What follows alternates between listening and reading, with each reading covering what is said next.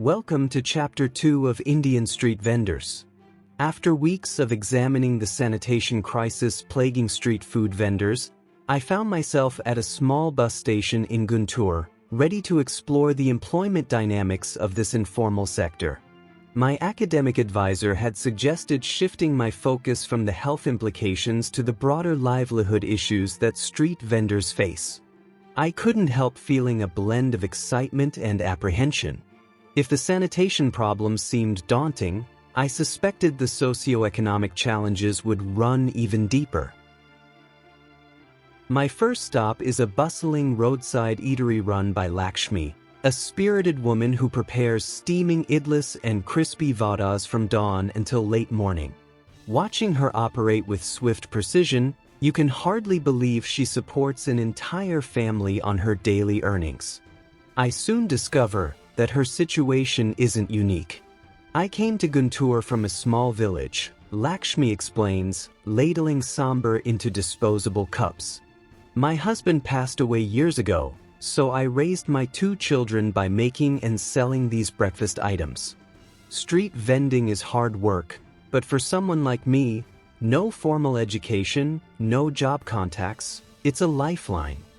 Her story highlights a critical point. Street vending in India is one of the largest sources of self-employment, especially for migrants and marginalized communities. She isn't alone. According to recent surveys, the sector employs over 60 lakh people in metropolitan areas. Many of them, like Lakshmi, rely on their daily earnings for immediate survival. I couldn't overlook the fact that a significant number of vendors I saw were women. Some balanced home responsibilities, cooking for their families, sending children to school, while still running their stalls for extra income. It became clear that street vending wasn't just about selling food, it was about social mobility. Even if these women lacked formal qualifications, they could still bring financial stability to their households, albeit with much hardship. As I stood there watching Lakshmi and the other vendors, it became clear that for many of them, this wasn't just about making a living, it was a fight for survival, social mobility, and a better future for their families. Street vending, while fraught with difficulties, provided a pathway to a more stable life for those who had no other options. Lakshmi's resilience and determination were a testament to the power of self-employment in India's informal sector. As inspiring as these stories were, the flip side soon became evident. At a tea stall in the same neighborhood, I met Hari, a vendor who has spent his morning fending off local municipal officers. They come around, demand bribes, and threaten to confiscate my cart if I don't pay, Hari admits under his breath. The government might have introduced a Street Vendors Act, but out here, law enforcement doesn't always follow it.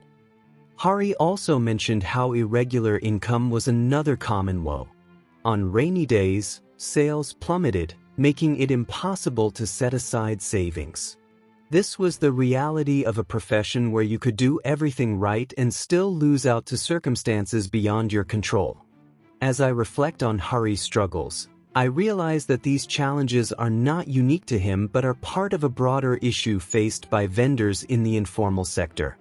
Street vending, while a lifeline for many, is fraught with uncertainties that leave vendors vulnerable to both external threats and internal struggles.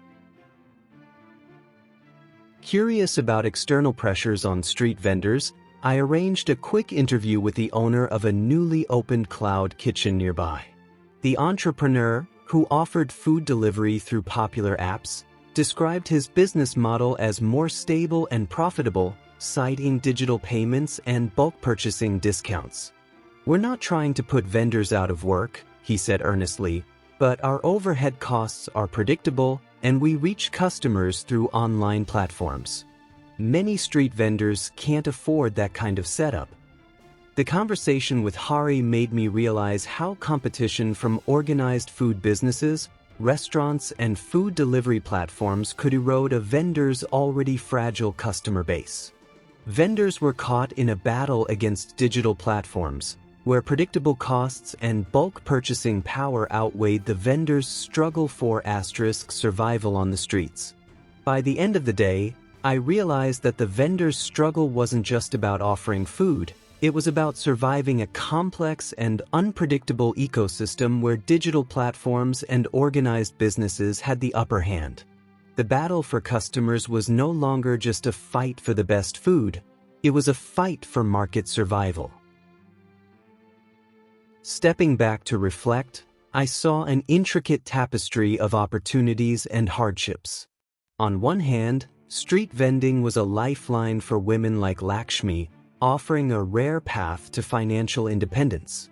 On the other, individuals like Hari faced a gauntlet of corruption, unpredictable earnings, and a complete absence of social safety nets. By the end of my second round of research, I felt more convinced than ever of the systemic issues street vendors face.